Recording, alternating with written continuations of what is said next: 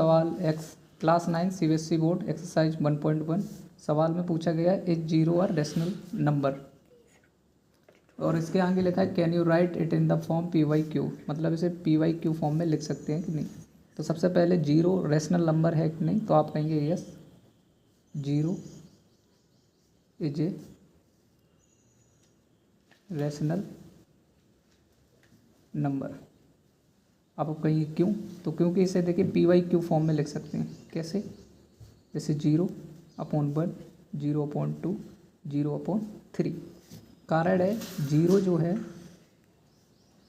आपका एक इंटीजर है एंड 1 जो है ये भी इंटीजर है। तो यहाँ हम कह सकते हैं P and Q are integers, that means, और ये भी है कि Q does not equal to 0, तो कंडीशन सेटिस्फाई कर रहे हैं। PYQ का मतलब होता है कि P एंड Q दोनों इंटीजर होने चाहिए और Q जो है 0 के बराबर ना हो। Q does not equal to 0। ये क्वेश्चन कंप्लीट हो गया। दूसरा क्वेश्चन है find 6 rational number between 3 and 4। देखिए इसके तरीके तो बहुत हैं, लेकिन सबसे बढ़िया तरीका क्या मानेंगे, इसमें देखिए सबसे छोटी संख्या होगी उसे x मान लेंगे, x बराबर 3, और बड़ी संख्या होगी y बराबर मान लेंगे 4। अब इसमें एक d निकालेंगे, d बराबर होता है y माइनस एक्स बटे n प्लस 1। n का मतलब होता है कि सर कितने हैं, तो 6 निकालने यानी 6। तो d का मान निकालेंगे, y की वैल्यू 4 माइनस x की मान 3 और n को मान 6 प्लस 1, तो ये आ जाइए 4 में से 3 गई 1 बटे 7।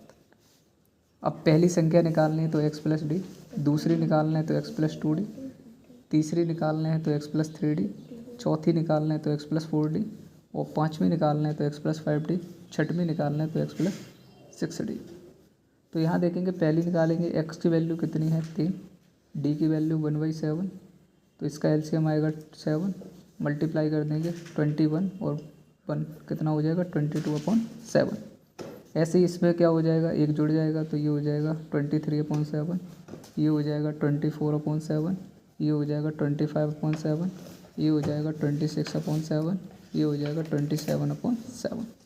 ठीक है। अब ये भी सेम सवाल है, इसमें बस ये देखना है छोटी कौन सी है बड़ी कौन सी है। तो आपको बता दें जो छोटी संख्या है वो 3/5 है और बड़ी संख्या है वो आपकी 4/5 है। आप डी का मान निकाल लेंगे y minus x n plus 1, आपसे ये हो जाएगा, उम्मीद है। नेक्स्ट सवाल है स्टेटमेंट के। पहला स्टेटमेंट है कि every natural number is a whole number, यानी कि इसमें कह रहे हैं जो प्रत्येक नेचुरल नंबर है क्या वो होल नंबर होता है।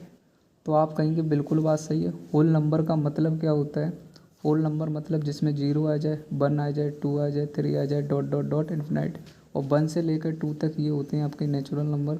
तो हम कह सकते हैं कि जो नेचुरल नंबर होते हैं वो होल नंबर हैं, तो ये आपका हो जाएगा ट्रू। दूसरा स्टेटमेंट पूछी गई एवरी